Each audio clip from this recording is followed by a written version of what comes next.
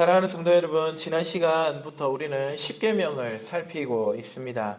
지난 주일에는 십계명의 서언을 통해서 하나님께서 먼저 우리를 구원하시고 주신 명령이 계명이다라는 사실을 배웠습니다.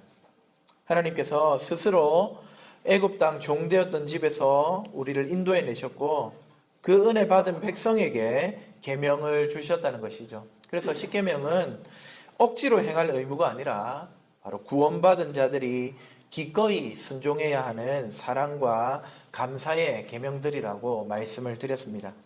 자, 오늘은 그 십계명의 첫 번째 말씀, 너는 나 외에는 다른 신들을 내게 두지 말라, 이 계명을 함께 살펴보도록 하겠습니다. 이 말씀은 우상 숭배하지 마라, 하나님 말고 다른 거 섬기지 마라 라고 하는 소극적인 금지로도 들리지만은 동시에 우리가 누구를 진심으로 사랑하고 의지해야 하는가를 가르쳐주는 아주 중요하고 적극적인 질문이기도 합니다. 고대 이스라엘의 배경부터 현대 포스트 모더니즘의 시대까지 왜 이 말씀이 여전히 우리에게 유효하고 긴급한지를 나누고자 합니다. 누구를 사랑할까라는 제목으로 전할 때 오직 우리 하나님만을 사랑하고 예배하고 또 그 말씀에 순종하는 저와 여러분 되기를 주님의 이름으로 축복합니다. 아멘. 첫째로 하나님은 이 계명을 통해 이스라엘 백성들에게 하나님을 사랑하고 섬기라고 초청하셨습니다. 여러분 얼핏 들으면 1계명이 나 말고 다른 신 섬기면 나 가만 안 있어 라고 하는 질투 많은 신의 엄포 같기도 합니다. 실제로 여러분 이 계명에는 그런 뉘앙스가 있습니다. 출애굽기 20장 3절 오늘 말씀인데 그 원문을 보시면은 나 외에 라고 번역된 부분 있죠. 이게 히브리 말로 알프나이입니다. 이 말은 내 앞에서 혹은 내 얼굴 앞에, 프나이가 얼굴이거든요. 그러니까 내 면전에 이런 뜻입니다. 내 면전에 다른 신을 두지 말라. 또 여기에 두지 마라 이 말은요, 이 히예라는 말인데 구약율법에서 종종 사용되는 말입니다. 이거는 아포딕틱 임페러티브라고 해가지고 당연법입니다. 단호하게 금지하는 형식입니다. 즉 하나님 얼굴 앞에, 하나님 눈앞에 다른 우상을 버젓이 섬기는 그런 일은 결단코 행하지 마라 라고 하는 강력한 금지의 경고입니다. 요새 말로 우리 하나님은 다른 신을 하나님 앞에 두는 걸 극혐한다 라고도 표현할 수가 있습니다. 그 정도로 강한 어조로 우리 하나님 다른 신 섬기면 가만 안 두겠다고 말씀하고 계십니다. 그도 그럴 것이, 여러분 이 계명을 언제 받았습니까? 이스라엘이 애굽의 노예 생활에서 막 벗어나서 시내산에 도달했을 때 받았습니다. 고대 이집트는 태양신 아문 혹은 라, 또 사후 세계의 신 오시리스, 다산과 풍요의 신 하토르 등등 화려한 신들의 나라였습니다. 하지만 정작 그 신들은 이스라엘을 전혀 구원하지 못했습니다. 오히려 이스라엘은 그 신들의 심기를 불편하게 할까봐 전전긍긍하면서 그들을 섬기는데 여념이 없었습니다. 실제로 우리도 과거에 우상 숭배해 보신 여러분들 기억이 있지 않습니까? 제가 지난 금요일에 신방을 했는데 신방한 그 성도님이 과거 하나님 믿지 않고 무당을 섬기고 집에 부적을 혼방에 붙이고 살 때에 그때 자기는 귀신을 두려워하고 귀신을 달래기 위해서 그렇게 믿음 생활했다, 신앙생활, 그것도 나름대로 신앙생활이니까 그렇게 생활을 했다 이야기를 하셨습니다. 맞습니다 여러분. 세상 신은 그렇게 포악하고 그러면서도 사람에게 복과 평화를 주지 못했습니다. 여러분 홍해를 가르고 그들을 구원한 신은 애굽의 그 수많은 신들이 아니라 우리 하나님 여호와셨습니다. 이시스, 오시리스, 아문, 라 모두 이스라엘을 건질 만한 힘이 없었습니다. 반면에 그동안 크게 드러나지 않으셨던 하나님 여호와라는 이름을 가진 이 하나님께서 10가지 재앙과 홍해를 가르는 크고 놀라운 기적을 통해 이분이 바로 참된 신이시고 백성들의 구원자라는 사실을 증명하신 것입니다. 그러므로 다른 신들을 내게 두지 말라라고 하는 이 강력한 말씀은요, 두려운 말씀이 맞습니다. 질투 어린 신의 경고도 맞습니다. 그러나 거기서 그치지 않고 이런 뜻이 있습니다. 내가 바로 너의 구원자 아니니? 내가 바로 진정한 신 아니니? 더 이상은 헛된 신들을 따르지 말고 나를 섬겨야 해. 나를 사랑해야 해. 라고 하는 우리 하나님의 자비로운 초대인 것입니다. 헛물 켜는 괴로운 인생, 신들의 눈치를 보느라 벌벌 떠는 불안에서 이제는 벗어나서 내가 너희를 구원했으니 너희는 나에게 와서 참된 안식을 얻어라 라고 초대하시는 것이죠. 또한 여러분, 역사가들은 이 십계명이 고대 근동에 있었던 이 왕과 봉신 혹은 큰 왕과 작은 왕들 간에 있었던 조약, 언약의 형식과 굉장히 비슷하다고 설명을 합니다. 큰 왕이 전쟁을 하고 난 다음에 힘을 가지면은요, 그 정복한 나라의 작은 왕을 또 나라를 보호해주고 내가 너희를 보호해줄 테니까 너희는 나에게 이렇게 행해야 돼 라고 하는 고대 근동에 있었던 그런 조약, 언약과 비슷하다는 말입니다. 거기에도 여러 형식이 있는데 오늘 십계명과 굉장히 비슷한 형식입니다. 먼저는 서문이 있습니다. 그 서문에서는 이 큰 왕이 얼마나 대단한 업적을 행했는지를 쭉 이야기하는데 우리 십계명의 서원에도 비슷하죠. 우리 하나님께서 애굽 땅 종되었던 곳에서 백성들을 건져내신 이야기를 선언하고 있습니다. 무엇입니까? 이미 은혜를 베푼 왕이 이제는 나에게 충성해야 되겠지라고 요구를 하고 있는 구조와 닮았다는 말입니다. 그런데 여러분, 그 고대 근동 왕들이 맺었던 봉신계약, 그 조약, 그 언약은요, 세상 왕이 힘으로 누르고 폭력을 행사하면서 여러분 얻어낸 그런 조약이었습니다. 맺은 조약이었습니다. 하지만 이스라엘이 맺은 언약은 질적으로 다릅니다. 이스라엘이 맺은 언약은 온 세상을 사랑으로 창조하신 창조주 하나님과의 조약이고, 또한 먼저 은혜로 찾아오셔서 그들에게 크고 놀라운 일을 행하시고 구원의 은혜를 베풀어 주신, 온전히 사랑으로 다가오신 구원자 하나님과 맺는 언약이었던 것입니다. 이처럼 이 계명은 단지 너는 나 안 섬기면 가만히 두지 않겠어 라고 하는 협박 어린 조항이 아니라 우리에게 베풀어 주신 크고 놀라운 은혜를 상기시키면서 내 안에 있을 때 너희들은 진정한 위로와 구원을 받을 수 있어. 이미 너희를 내가 사랑하고 구원했으니 이제는 나에게 충성하고 다른 데 마음을 뺏기지 말라는 우리 아버지 하나님의 사랑 어린 요청이 담겨 있는 것입니다. 사랑하는 성도 여러분, 하나님은 어제나 오늘이나 우리를 향해 동일한 마음을 품고 계십니다. 너희를 건져내고 살려준 이는 오직 나 여호와 하나님이다. 내가 너희를 얼마나 사랑하는지 내 아들을 통해 너희는 볼 수 있지 않느냐. 그러니 다른 쓸데없는 신들을 찾아다니지 말고 이제는 나와 함께하자. 나만을 사랑하거라. 우리 주님이 초청하십니다. 이 하나님의 마음을 잊지 않고 주님을 사랑하는 저와 여러분 되기를 주님의 이름으로 축복합니다. 둘째로, 과거 이스라엘에게 나를 사랑해야 한다고 말씀하셨던 하나님은 오늘 우리에게도 하나님만을 사랑하라고 초대하고 계십니다. 과거 이스라엘에게 사랑과 은혜를 베푸신 하나님, 그 하나님을 사랑하라고 초청하신 1계명은요, 오늘 우리에게도 의미가 있습니다. 여러분, 오늘날이 어떤 시대죠? 포스트 모더니즘 혹시 들어보셨습니까? 모든 진리는 상대적이다. 유일한 진리는 없다. 유일한 신은 없다. 라고 말하는 것이 오늘날 세상입니다. 그래서 나도 옳고 너도 옳고, 그래서 존중이라는 가치가 굉장히 부각되고 있는 시대가 오늘날입니다. 상대적이고 다원적인 때를 사는 우리에게도 여러분, 이 1계명은요, 하나님만이 진리시다. 하나님만이 구원자시고 하나님만이 살아계신 하나님이고, 그래서 그분만을 사랑해야 한다고 우리에게 강변합니다. 여러분 종교다원주의라는 말도 들어보셨을 겁니다.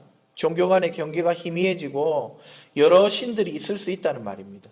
그래서 그 모든 길들, 불교로 가든 이슬람으로 가든 무속으로 가든지 간에 가다 보면은, 성실하게 가다 보면은, 착하게 살다 보면은 복과 영생으로 또 구원으로 나갈 수 있다는 생각이 종교다원주의입니다. 뭐로 가나 도로 가나 구원에 이를 수 있으니까 서로 공존하고 존중하고 살자, 그러면 좋겠다, 이런 태도지요. 여러분 요즘 세태가 이렇다 보니까 기독교회는요 늘 천덕꾸러기입니다. 왜냐하면 우리는 이 일계명을 따라서 다른 신은 없어. 오직 하나님만이 참된 신이시고 그분만을 섬겨야 해 라고 말하기 때문입니다. 포용 그리고 평화라는 가치를 내세우면서 되려 기독교를 독선적이라고 치부하는 문화가 이 땅 가운데는 팽배합니다. 그래서 어떤 분은 이렇게 질문합니다. 아니 왜 기독교는 꼭 하나님만 섬기라고 합니까? 그건 너무 폭력적인 거 아닙니까? 그건 너무 이기적인 것 아닙니까? 말합니다. 그러나 여러분 이 일계명은요 오늘날 우리에게 폭력적으로 살라고, 다른 신들을 믿는 사람들 다 무시하고 다른 진리를 이야기하는 사람들 다 배격하고 살라고 주신 명령이 아닙니다. 오히려 여러분 이것은 경험된 진리이고 사실입니다. 하나님만이 참신이시고 그래서 그분만이 섬길 만한 하나님이라는 사실은 경험된 진리라는 겁니다. 먼저는 출애굽 사건을 통해서 입증되었지 않습니까? 성경을 통해 우리에게 전해주고 있습니다. 또 사도들이 선포하고 있습니다. 하나님 외에는 상천하지에 아무런 신이 없다고. 고린도전서와 후서에서는 모든 것들은 우상이고 귀신이라고 이야기하고 있습니다. 또한 우리 삶 속에서도 증명되고 확증되었습니다. 하나님 외에 누가 저와 여러분을 죄와 사망에서 건지시고 죽음을 이기게 하셨습니까? 게다가 이분은 내가 먼저 너희를 사랑하고 구원했다고 말씀하는 은혜의 하나님 아닙니까? 힘으로 제압해가지고 억지로 굴복시키고 섬기게 만드는 것이 아니라 내가 이렇게 너희를 살려냈으니 이제는 날 신뢰하고 내 품에 안기거라. 우리 주님 이 계명을 통해서 사랑의 설득을 행하고 계신 것입니다. 어떻게 이것이 폭력적이라고 말할 수 있겠습니까? 먼저 베풀었으니 기대하시는 지극히 상식적인 요청입니다. 또한 어떤 현대인들은요, 전통 종교 대신에 과학이나 물질을 절대시하기도 합니다. 과학이 모든 문제를 해결해 줄 거라 믿고 혹은 돈과 성공이 있으면 만사형통이라고 생각합니다. 하지만 여러분 역사가 증명합니다. 두 번의 세계대전, 엄청난 군사 무기를 만든 건 결국은 과학의 발전이었습니다. 여러분 돈이 많아도 정신적인 공허에서 헤어나지 못하는 것이 사람입니다. 세계에서 돈이 제일 많은 나라 미국을 한번 생각해 보십시오. 요즘 거기서 나오는 소식들을 보면은 펜타닐, 여러분 냄새만 맡아도 사람이 쓰러진답니다. 그런 마약 복용자가 기하급수적으로 늘어나고 있습니다. 미국이 가진 돈의 힘으로 주변국들과 사사건건 날을 세우며 자국의 이익을 추구하고 있습니다. 관세 정책으로 코너로 내몰았습니다. 근데 여러분 어디 돈이 있다고 힘이 있다고 그걸로 자기 마음대로 다 되는 세상입니까? 세상이 그렇게 단순하지가 않습니다. 그러니 갑자기 그렇게 기세등등하게 다 관세 때리겠다고 하다가 한 달간 관세를 유예하겠다는 카드를 꺼낸 거 아니겠습니까? 여러분 하나님 아닌 것, 그것이 과학기술이든지 돈이든지 명예든지 그런 것들에 우리 삶을 의지하면 그것은 헛된 우상에게 우리 영혼을 내맡기는 꼴밖에 되지 않습니다. 사랑하는 성도 여러분, 우리 하나님만이 우리에게 참된 생명을 주시고 경배받으실 하나님이라는 사실을 믿으시기 바랍니다. 이 사실이 출애굽 때부터 오늘 우리의 삶까지 계속해서 확인되고 있습니다. 그러니 포스트 모던이든 과학이든 돈이든 뭐든지 간에 오늘 우리에게 주어진 이 일계명의 말씀대로 유일하고 참되신 우리 하나님만을 붙들고 그분을 섬기며 살아가는 저와 여러분들이 다 되시기를 주님의 이름으로 축복합니다. 마지막 세 번째로 이 계명은 결국 하나님을 예배하라는 명령입니다. 이스라엘에게 구원을 베푸시고 하나님을 사랑하라고 말씀하신 하나님. 포스트 모던과 돈과 또 과학의 힘이 넘쳐나는 이 시대에서도 하나님을 사랑하라고 하는 이 1계명은 결국은 하나님을 예배하라는 말씀입니다. 하나님을 사랑하라. 이 1계명을 구체적으로 실천하는 방안이 바로 예배라는 말씀입니다. 우리 믿음의 선배인 우르시누스는요, 이 계명을 해설하면서 10계명은 보이는 예배와 보이지 않는 예배로 구별할 수 있다고 그랬습니다. 그래서 보이는 예배 1계명부터 4계명은 형식적으로 보이는 예배, 주일 예배에 관한 이야기이고 5계명부터 10계명은 보이지 않는 예배, 곧 삶의 예배에 관한 것이다 해설을 하고 있습니다. 나 외에 다른 신을 두지 말라. 이 말씀은 단지 우상 숭배를 하지 않는 소극적 차원을 넘어서서 너희가 진정 사랑하고 경배, 예배해야 할 분은 하나님뿐이다 라고 우리에게 선언하고 있는 것이죠. 우리는 인간이 단순히 생각만 하는 존재가 아니라 사랑하고 욕망하는 대상을 예배한다는 사실을 깨달을 수가 있습니다. 제임스 스미스라고 하는 이 미국의 학자는요, 포이어바의 말을 오마주 해가지고 이렇게 말했습니다. You are what you love. 당신은 당신이 사랑하는 그것이 바로 당신이다. 여러분, 내가 사랑하는 것이 나를 형성하고 사랑하는 대로 나는 삶을 살아간다고 이야기하는 것입니다. 또한 나아가서 사랑하면은요, 예배하게 되어 있습니다. 영어에 사랑한다는 말은 love가 있지만 또 다른 말 adore you, I adore you. adore 이라는 말은 경배한다, 흠모한다, 숭배한다, 아주 많이 좋아한다 이런 뜻입니다. 사랑하면 예배하게 되어 있습니다. 돈이요, 명예요, 쾌락이요. 여러분 그런 것들을 사랑하면 그것이 우리를 사로잡고 그것을 숭배하게 됩니다. 그러나 하나님께서는 내가 먼저 너희를 구원하고 너희를 사랑했으니 너희도 나를 사랑하고 나를 사랑한다면 예배하라고 초청하고 계시는 것입니다.